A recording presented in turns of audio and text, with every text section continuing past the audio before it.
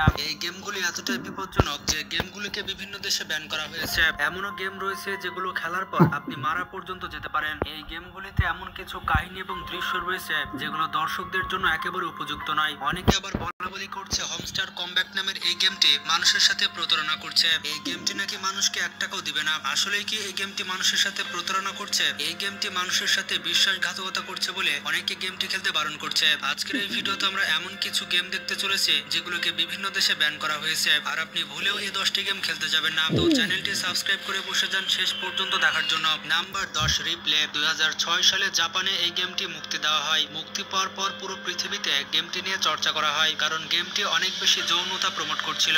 মানে গেমটি অনেক খোলামেলা ছিল। গেমটির মেল ক্যারেক্টারের নাম ছিল মিজিয়া কামুরা, যে কিনা ট্রেনে একটি মেয়েকে যৌন নিপীড়ন করে, যার ফলে মেয়েটি পুলিশকে রিপোর্ট করে দেয়। মেয়েটিকে পুলিশের কাছ থেকে যাওয়া ফেরাতে কামুরা মেয়েটির মা এবং বোনকে ধর্ষণ করে। গেমটিতে 2 রকমের এন্ডিং রয়েছে, তবে 2টি এন্ডিং এ ফিমেল ক্যারেক্টারগুলো মারা যায়। এরকম বাজে সেক্সুয়াল স্টোরির জন্য কয়েক বছর পর গেমটি সম্পূর্ণ নিষিদ্ধ ঘোষণা করা হয়। নাম্বার 9, ম্যানহান্ট 2। এটি হচ্ছে রকস্টার গেমের একটি অংশ।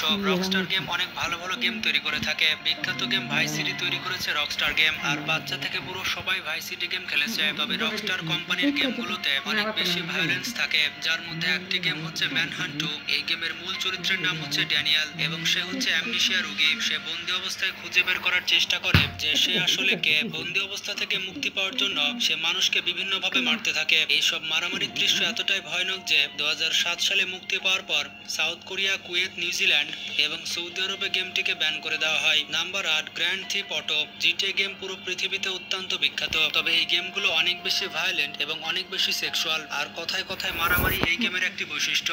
থাইল্যান্ডের একজন ট্যাক্সি ড্রাইভারের সাথে কথা কাটাকাটির জের ধরে সে যাত্রী তাকে জিটিএ স্টাইলে মারে, এমনকি সেই ট্যাক্সি ড্রাইভারকে হত্যা করে ফেলে। এরপর যখন তাকে জিজ্ঞাসাবাদ করা হয় তখন সে বলে জিটিএ গেম খেলে সে এমন কাজ করেছে। জিটিএ গেম খেলে খেলে তার এমনটা করতে মন চেয়েছে। এই কথা শুনে সাথে সাথে থাইল্যান্ড, মালয়েশিয়া, সৌদি আরব, জাপান এবং ব্রাজিলে এই গেমটিকে নিষিদ্ধ ঘোষণা করা হয়। তো আপনারা কারা কারা জিটিএ খেলেছেন কমেন্ট করে জানাবেন।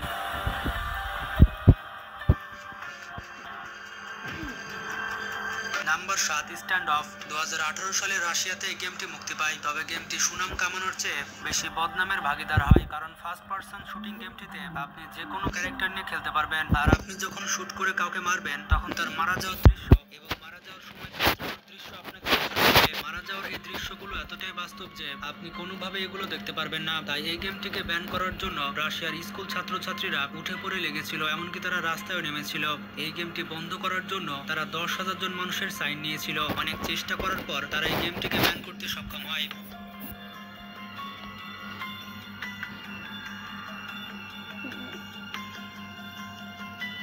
Number 6, গ্যালগান double piece. 2011 সালে এই গেমটির প্রথম পর্ব বের হয়েছিল, এরপর দ্বিতীয়টি বের হয় 2015 সালে। জাপানি এই গেমে যে মেল ক্যারেক্টার দেখানো হয়েছিল সে দেখতে খুবই সুন্দর ছিল, তাই পুরো কলেজের মেয়ে তার প্রেমে পড়ে যায়। সব মেয়েরাই তাকে প্রপোজ করতে থাকে, সবাই তার কাছে আসতে চায়, কিন্তু সব থেকে সুন্দর মেয়েটিকে গার্লফ্রেন্ড হিসেবে চায় ওই মেল ক্যারেক্টারটি। আর এই কারণে তার কাছে যে মেয়েগুলো আসে তাদের সবাইকে সে স্ক্যান করে, তাদের সবাইকে স্ক্যান করে দেখতে থাকে যে কে বেশি সুন্দরী। আর এটি খুবই কুরুচিপূর্ণ ব্যাপার। অতিরিক্ত সেক্সুয়ালিটির কারণে এই গেমটিকে বর্তমানে পুরো পৃথিবীতে ব্যান করা হয়েছে।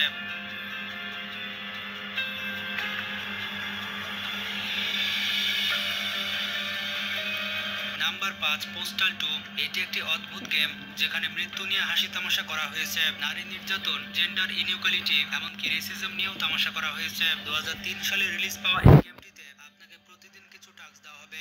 আপনি চাইলে কারো ক্ষতি না করে এই টাস্কগুলো পূরণ করতে পারবেন, এমনকি চাইলে এলাকার সবাইকে খুন করেও আপনি টাস্ক পূরণ করতে পারবেন। তবে সবাইকে খুন করে টাস্ক কমপ্লিট করা অনেক বেশি সহজ বলে সবাই এটি করে থাকে। অতিরিক্ত ভায়োলেন্সের কারণে এই গেমটিকে পরবর্তীতে নিষিদ্ধ ঘোষণা করা হয়।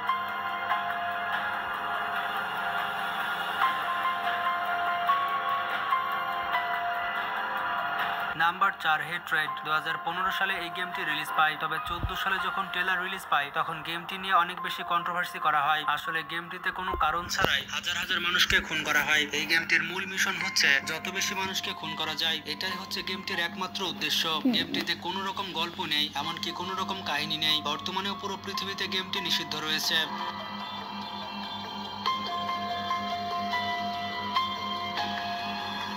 Number 3, custard revenge. এবার যে গেমটি নিয়ে কথা বলতে যাচ্ছি, এই গেমটি খুবই পুরনো একটি গেম। অবাক করা বিষয়টি হচ্ছে 1982 সালের একটি গেমে এত বেশি সেক্সুয়ালিটি থাকবে এটা কেউ ভেবেছিল না। এই গেমটির মূল ক্যারেক্টার হচ্ছে কাস্টার, যার দিকে বিভিন্ন সময় বিভিন্ন জিনিস ছুড়ে দেওয়া হয়। এই বাধাগুলোকে পাশ কাটিয়ে তাকে এগিয়ে যেতে হয়। কি পাওয়ার জন্য তাকে এগিয়ে যেতে হয় জানেন? এটি শুনে আপনিও অবাক হয়ে যাবেন। একজন নারীর সাথে যৌন মিলন করার জন্য। এই গেমটির স্টোরি লাইন এতটাই বাজে এবং লজ্জাজনক যে আপনি এটি না দেখলে বুঝতেই পারবেন না।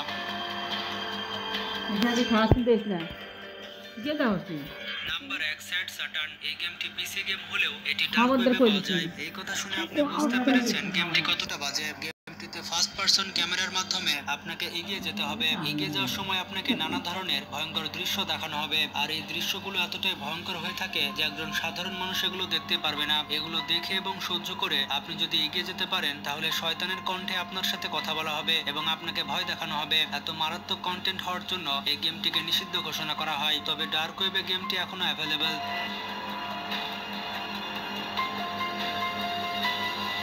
তো আপনারা দেখতে পেলেন এই প্রত্যেকটি গেম কি কারণে ব্যান হয়েছে। আর এই গেমগুলো ব্যান হওয়ারই দরকার, কারণ গেমগুলো খেলে আপনি ভালো কিছুই পাবেন না। বর্তমানে অনেক গেম বের হয়েছে যেগুলো খেলে নাকি টাকা ইনকাম করা যায়, তবে বেশিরভাগ এমন গেমই কিন্তু ফ্রড হয়ে থাকে। সব সময় একটা কথা মনে রাখবেন, শর্টকাটে কখনো বড়লোক হওয়া যায় না। আপনাকে পরিশ্রম করে বড়লোক হতে হবে, তবে সেটা তাড়াহুড়া করে নয়। তো এর মধ্যে কোন গেমটি আপনি খেলেছেন কমেন্ট করে জানাবেন। ভিডিওটি ভালো লাগলে বেশি বেশি শেয়ার করতে পারেন। ভালো থাকবেন, টেক কেয়ার।